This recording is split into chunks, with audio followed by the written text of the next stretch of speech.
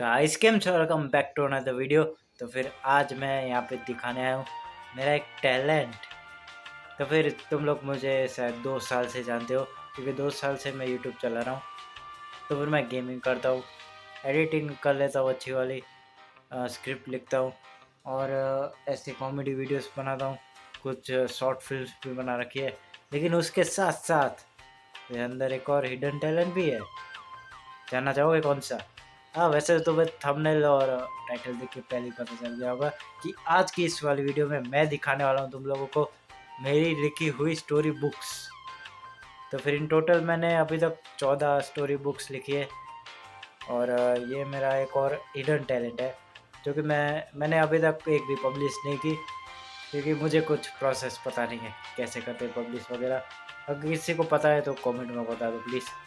वैसे मेरा मन तो नहीं है पब्लिश करने का क्योंकि मैं खुद के लिए लिखता हूँ, ना ही पैसे कमाने के लिए या लोगों को दिखाने के लिए।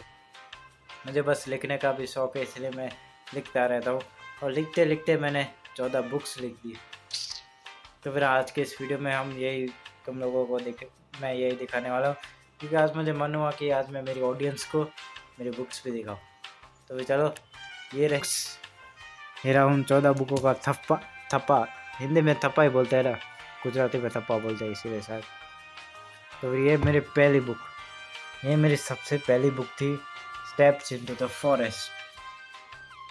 ये मैंने इस तारीख को लिखना शुरू की थी और ये ख़त्म कब हुई थी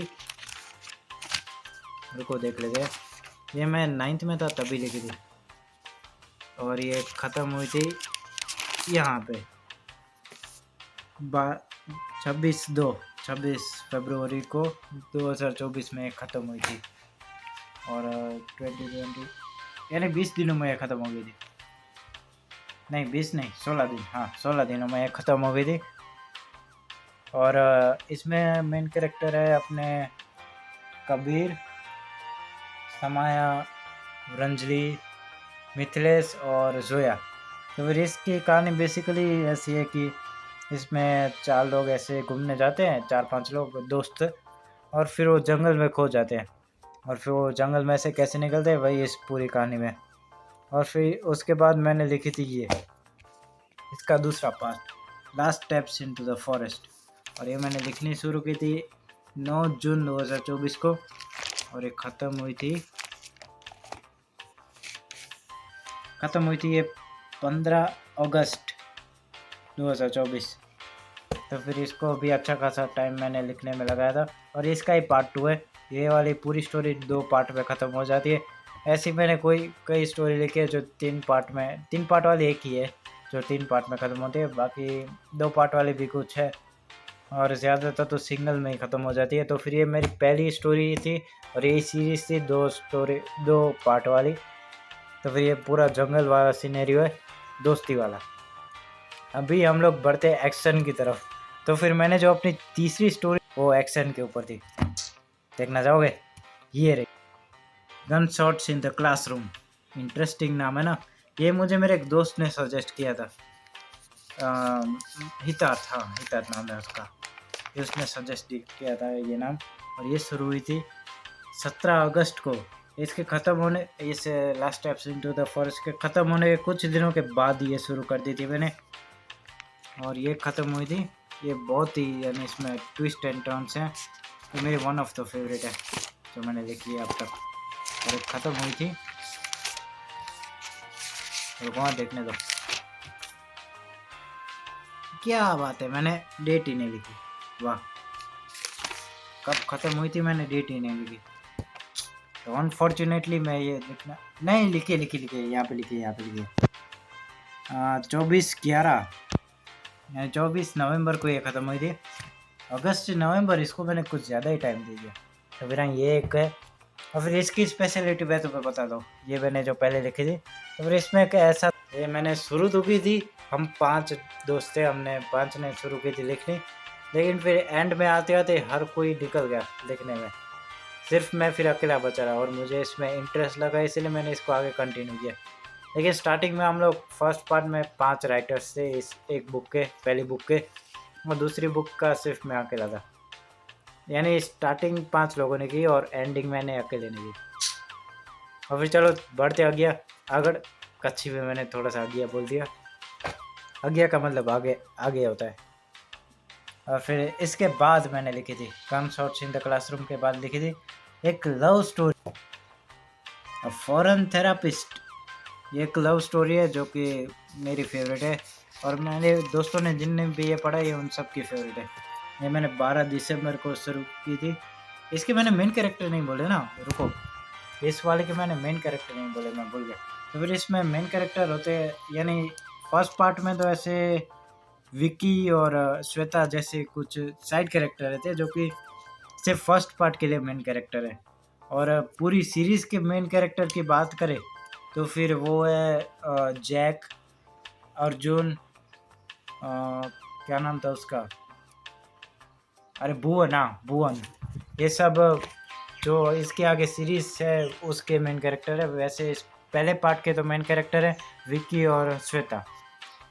और फिर बात करें कंटिन्यू, अ फॉरेन थेरापिस्ट, तो फिर ये 12 दिसंबर को मैंने लिखनी शुरू की थी और एक ख़त्म हुई थी, देखो ख़त्म हुई थी 2 फरवरी, 2 महीने जितना टाइम लग गया इसे। तो फिर ये एक लव स्टोरी है बेसिकली।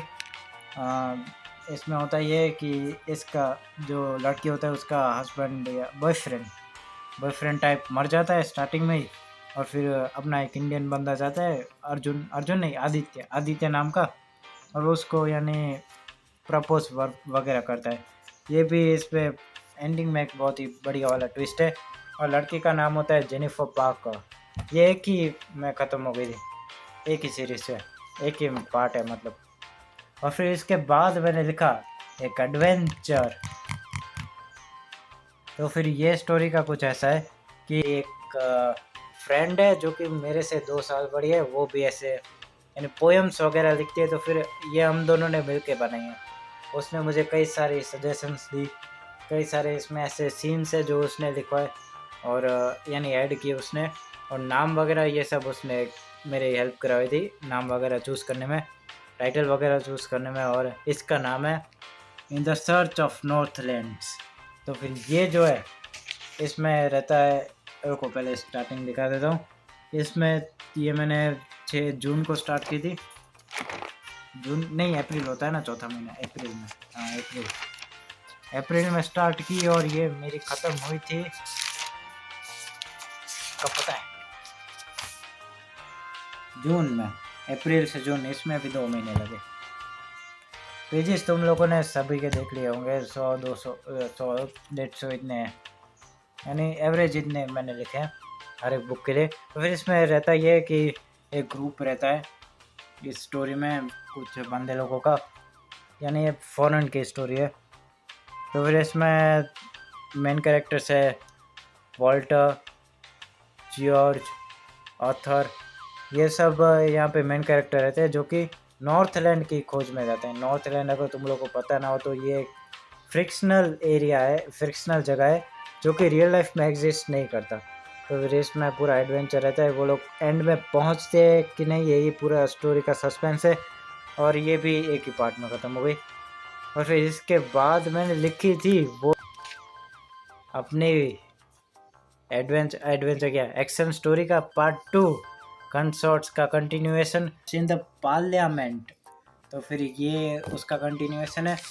ये मैंने जून में स्टार्ट की थी 2025 में, और ये ख़त्म हुई थी, इसमें कई ज़्यादा पेजेस लग गए थे और ये ख़त्म हुई थी अपनी जून में ही ख़त्म हो गई। वाह, इसमें मैंने ज़्यादा स्पीड रखी थी। जून कुछ क्या था, जून 7 दिनों में ये ख़त्म हो गई थी।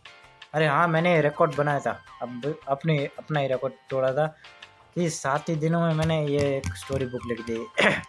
ये तो मेरी एवरेज स्पीड 1 महीना 2 महीना रहती है, लेकिन ये मैंने 7 ही महीनों में लिखती, क्योंकि 7 दिनों में लिखती, क्योंकि ये मैंने हॉस्टल में लिखी थी, वहाँ पे कुछ और काम नहीं रहता, तो फिर पढ़ाई तो होती ही रहती है, लेकिन साथ ही में मैं ये भी लिखता था। तो फिर ये सिर्फ 7 ही दिनों में लिख डाली थी मैंने। तो फिर इसमें भी कंटिन्यूएशन है एक्शन स्टोरी का, यानी कि बाप बेटे का ये पूरा सीन रहता है इस सीरीज़ में, गन शॉट्स में। और टेररिस्ट वाला होता है, यानी अमीर बाप की औलाद है, ये सब उस पर रहता है। और इसमें मेन कैरेक्टर्स सीरीज़ वाले मैंने जो बोले वही है, भुवन, जैक और अर्जुन। और इसमें मेन कैरेक्टर्स देखने पड़ेंगे, याद नहीं है मुझे, बहुत पहले लिखी थी ना, 2025 में। और फिर इसके बाद वो गुजराती में लिखी थी मैंने, रात्रि जे, एक गुजराती हॉरर स्टोरी मैंने लिखी थी, मैंने गुजराती में पहली बार लिखी थी। इसमें मेरी बहुत सारी मिस्टेक हुई थी और ये मैंने इसके बाद डायरेक्टली लिखना शुरू कर दी थी। जैसा कि तुम लोग कंसर्ट्स इन द पार्लियामेंट का एंडिंग देखोगे तो 28 जून है और 29 जून को मैंने ये स्टार्ट कर दी थी। आरंभ गुजराती में मैंने पूरा लिखा है। तो फिर ये भी एक गुजराती हॉरर स्टोरी है, जो कि मेरी एक ही गुजराती स्टोरी है जो कि मैंने लिखी है। और ये 7 जुलाई यानी कितने दिन हुए, जून में 30 ही दिन होते हैं ना शायद से, रुको 30 या 21, 31, 31 रहते हैं। तो फिर ये भी मैंने 7-8 दिनों में ख़त्म की थी, ये भी एक ही पार्ट में है।